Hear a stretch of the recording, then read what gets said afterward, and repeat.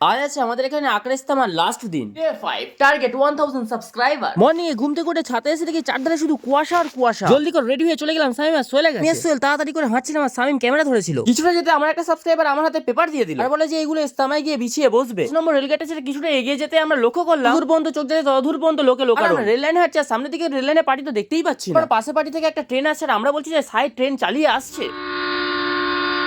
তারপর আমরা সাইদকে কল করছিলাম আর বলছিলাম যে তুমি কোথায় দাঁড়িয়ে আছো, বাট আমরা কোনো কিছু শুনতেই পাচ্ছিলাম না। তারপর আমরা আকরা মাগুরা ডাক্তারপাড়া জামে মসজিদের সামনে এসে দেখি সবাই খুব সুন্দরভাবে ওযু করছে। এখানে দেখা হয় যে আমার পুরাতন একটা সাবস্ক্রাইবারের সাথে দাদার সাথে কিছুক্ষণ গল্প করে আমরা সাইদকে খোঁজার জন্য বেরিয়ে পড়লাম। ফাইনালি আমরা ভিড়ের মাঝখানে সাইদকে খুঁজে পেয়ে গেছি। সাইদ অনেকটা রেগেছিল কারণ সে অনেকটা আমাদের থেকে আগে এসেছে। তারপর আমরা মেন চলে এলাম আকরা রেলগেটের মুখে। মানুষের ভিড় এখানে এতটাই বেড়ে গেছিল যে ট্রেনকে একটুখানি হোল্ড করতে হলো। আমাদেরকে নিজে থেকে আগে যেতে লাগছে না কারণ মানুষের ভিড়ে এতটা চাপ হয়ে গেছে যে আমাদেরকে ঠেলে ঠেলে ওনারাই নিয়ে চলে যাচ্ছে। তারপর দেখা যায় আরো একটা সাবস্ক্রাইবারের সাথে, তাকে বলি তুমি ভিডিও করো। গ্রোথ তো ভালো ছিল না, বাট উপরের দিকে আমরা কেউ তাকাতে পারছিলাম না ভালো করে। তারপরে সাইদ বলে কিচ্ছু বলার নেই, বন্ধু যখন ইউটিউবার হয় তখন ইজ্জত ফালুদা।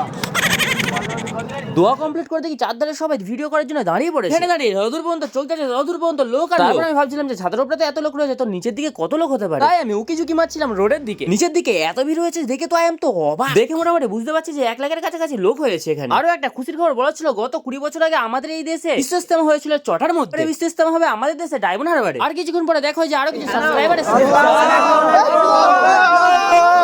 ঘরে আসার পথে দেখি 10 নম্বর রেলগেটের কাছে দেখি সবাইকে লুচি তরকারি ফ্রিতে খাওয়ানো হচ্ছে। প্রত্যেক বছর এখানে এটা দেওয়া হয়। এবার আমরা লুচি খেয়ে ঘরের দিকে যাই। তুমি এরকম আরো শর্ট মিনি ব্লগ দেখার জন্য আমার চ্যানেলটি সাবস্ক্রাইব করো।